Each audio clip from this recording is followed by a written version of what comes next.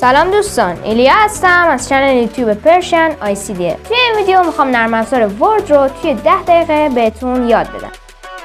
در این ویدیو قصد دارم که بخشای مهم نرم افزار ورد رو توی 10 دقیقه بهتون بگم. پس بریم سراغ آموزش. خب دوستان، بعد از اینکه نرم افزار ورد رو باز میکنیم، در قسمت هوم چند تا بخش داریم. بخش اول که نوشته نیو، نوشته بلنک داکیومنت. در این قسمت ما میتونیم فایل ورد جدیدی بسازیم و اگر روی گزینه مور تمپلیت کلیک کنیم، فایل های آماده ورد و اون پروژه های آماده ورد رو میتونیم ببینیم. اگر هم اینترنتمون روشن باشه، فایل بیشتر رو میتونیم ببینیم و روشون کلیک کنیم و بخش های خودش رو ویرایش کنیم. خب بریم بخش بعدی، بخش اوپن. ما میتونیم فایل وردی که ساختیم رو به راحتی بازش کنیم. اگر تا اینجای ویدیو همراه من بودید، میتونید آموزش کامل ورد رو توی همین چنل قسمت پلیلیست و آموزش ورد ببینید. حالا چجوری فایل ورد رو باز کنیم؟ ابتدا من توی همون قسمت هوم یه دونه بلنک داکیومنت ایجاد میکنم. بعد از اینکه بلنک داکیومنت رو زدیم، میبینیم که وارد این قسمت از ورد میشیم. روی گزینه فایل کلیک میکنیم و چند تا گزینه برای ما اضافه میشه. بریم این گزینه ها ببینیم که چی هستش. خب بریم بخش سیو. بخش سیو که از اسمش معلومه، میتونیم فایل وردمون رو ذخیره کنیم توی کامپیوتر. اول از همه یه بخش داریم که نوشته وان درایو. در این قسمت ما میتونیم توی اینترنت آپلود کنیم فایل وردمون رو. در بخش دیس پی سی اگر کلیک کنیم، میتونیم فایل هایی که توی کامپیوترمون هست رو سیو کنیم. اگر در این قسمت بریم پایین‌تر، میتونیم ببینیم همه فایلامون رو. در بخش براوز اگر کلیک کنیم، میتونیم هر جا که خودمون دوست داریم این فایل رو ذخیره کنیم. برای مثال من توی دانلود ها این فایل رو ذخیره میکنم. در این قسمت هم میتونیم اسمش رو بنویسیم و روی گزینه سیو. اگر تا اینجای ویدیو همراه من بودید، خوشحال میشم کانال من رو سابسکرایب کنین. خب بریم بخش فایل و ببینیم که دیگه چه قسمتایی رو برای ما داره. بخش بعدی پرینت هستش که در این قسمت ما میتونیم از فایل ورد خودمون پرینت بگیریم. بعد از اینکه تمام بخش‌ها رو نوشتیم، میتونیم این قسمت پرینت بگیریم. روی پرینت میزنیم و ببینیم که چه قسمتایی رو به ما میده. از بخش پرینتر میتونیم پرینتر خودمون رو انتخاب کنیم. اینجا اگر مایکروسافت پرینت تو PDF کلیک کنیم، میتونیم به صورت PDF فایل وردمون رو ذخیره کنیم. اگر هم پرینتر داشته باشیم، میتونیم انتخاب کنیم و پرینت بگیریم. این قسمت ما میتونیم صفحه‌مون رو انتخاب کنیم که به چه صورت هستش.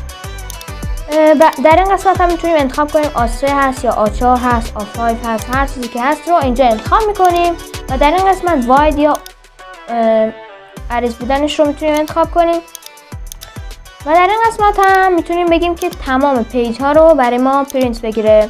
روی گزینه پرینت اگر کلیک کنیم، میتونیم انتخاب کنیم تا پرینت بگیره. در این قسمت هم میتونیم بگیم که از این فایل چقدر پرینت بگیره. ما اگر دوبار بزنیم 2 تا پرینت میگیره و از پرینتر 2 تا کاغذ در میاد. پرینت رو میزنیم و به صورت PDF برای ما ذخیره‌اش میکنه. اسمش رو هم اینجا انتخاب میکنیم و سیو میشه. خب بریم بخش بعدی. در بخش بعدی میبینید که نوشته اکسپورت. در این قسمت ما میتونیم به صورت PDF ذخیره‌اش کنیم که مثل همون بخش پرینت هستش. کافیه create PDF XPS document رو بزنیم، روی گزینه create PDF کلیک کنیم و پابلیک رو بزنیم تا بتونیم اون رو ذخیره کنیم. خب بعد از اینکه این قسمت ها رو انجام دادیم، میریم که ببینیم بخش بلنک داکیومنت چیا داره. روی این گزینه میزنیم تا برگردیم. اول من این قسمت رو بگم که چی کار میکنه. بخش هوم ما میتونیم یک سری تنظیمات پاراگراف، رنگ ها، فونت ها و غیره رو انجام بدیم.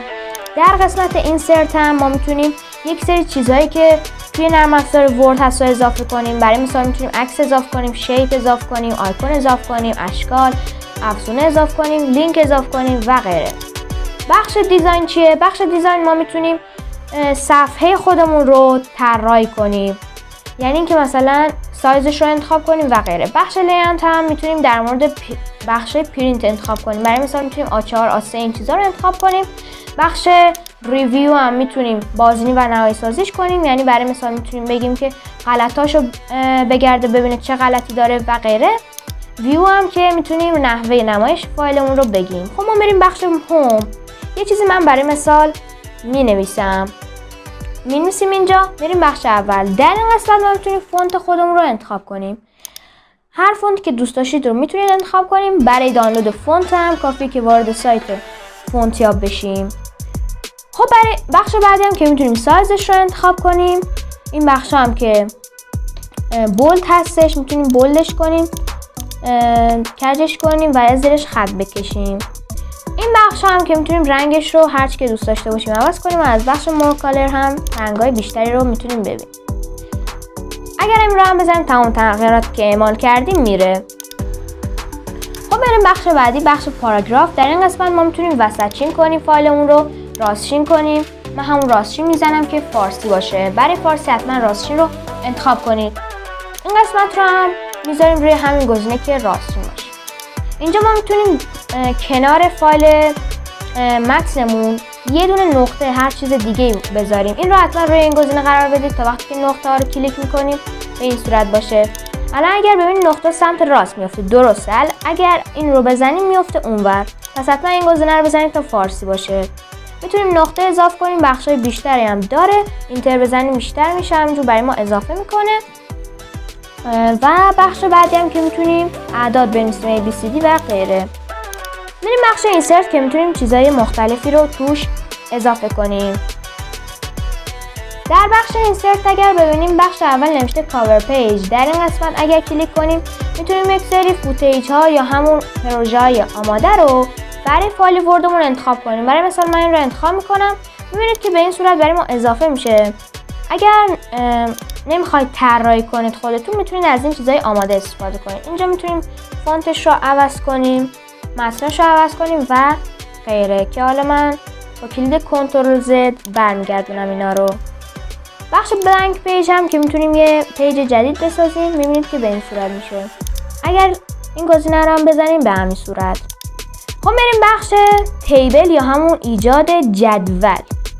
در بخش تیبل اگر بزنیم میبینید که میتونیم جدول بسازیم. حالا من یکم جلوتر میسازم اینجا. تیبل رو میزنم، سایزم رو میزنم 4x5 من میخوام باشه.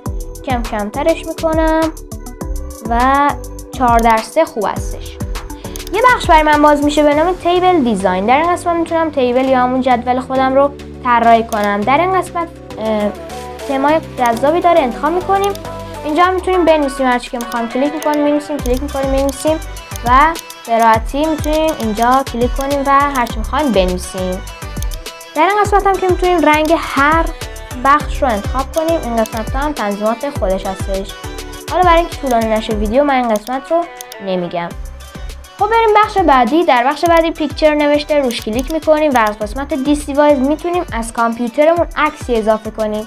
برای مثال من این رو اضافه میکنم، این بخش برای من باز میشه و از قسمت پیکچر فرمت هم میتونیم تنظیمات روشنایی خاموشی و غیره رو روش اعمال کنیم و همینطور یک سری قاب ها بهش بدیم. میبینید که برای مثال من این رو میزنم یه قاب بهش میده، این رو میزنم قاب بهش میده و بخشای خیلی زیادی داره، میتونید این رو امتحان کنید. خب بریم بخش بعدی. توی بخش اینسرت بخش بعدی که خیلی مهم هستش بخش شیپ هستش که ما میتونیم یه دونه شیپ یا همون اشکالی رو اضافه کنیم و از قسمت شیپ فرمت که باز میشه برامون رنگ ها و قسمت های درونش رو تغییر بدیم. میبینید که اینجا بخش های زیادی رو برای ویرایش کردن داره، میتونیم تنظیماتش رو اعمال کنیم. در این قسمت میتونیم تم مورد نظر اون رو انتخاب کنیم. این قسمت میتونیم توی شیپ رو رنگش رو عوض کنیم و قسمت شیپ اوتلاین هم میتونیم دور اشکال رو رنگش رو تغییر بدیم با یک سری تنظیمات دیگه.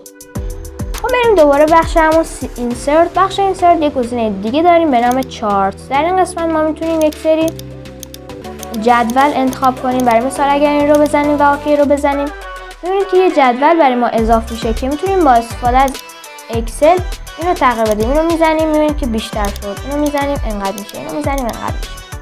به این صورت میتونیم اضافه کنیم اینها رو. حالا من این رو پاک میکنم و میریم بخش بعدی. بخش بعدی دیزاین هستش. این بخش اگر ببینید ما میتونیم تم‌های مختلفی انتخاب کنیم.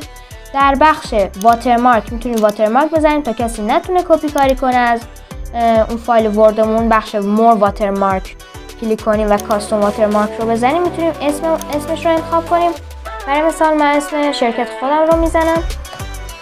اوکی، میبینید که اینجا برای ما به راحتی آوردش. بخش پیج کالر هم میتونیم رنگ پیج یا همون صفحه‌مون رو انتخاب کنیم و قسمت پیج بوردر هم میتونیم دور صفحه‌مون رو انتخاب کنیم. برای مثال دور صفحه‌مون به چه صورت باشه. من این رو انتخاب میکنم، ببینید که دورش به این صورت شد. بریم بخش بعدی یعنی لیاوت. این قسمت بخش مارجینز، میتونیم انتخاب کنیم که وقتی که یک متنی رو می‌نویسیم به چه صورت باشه. الان برای مثال من این رو می‌نویسم، میذارمش روی این گزینه. می‌بینید یکم اومد اینورتر. از این شکلا میتونیم بفهمیم این از همش بهتره که میتونه تمام بخش رو پوشش بده. بخش بعدی هم که میتونیم انتخاب کنیم که اونورکی باشه یا اینور. در قسمت سایز هم میتونیم سایز برگمون رو انتخاب کنیم، A4, A3, A5 و غیره.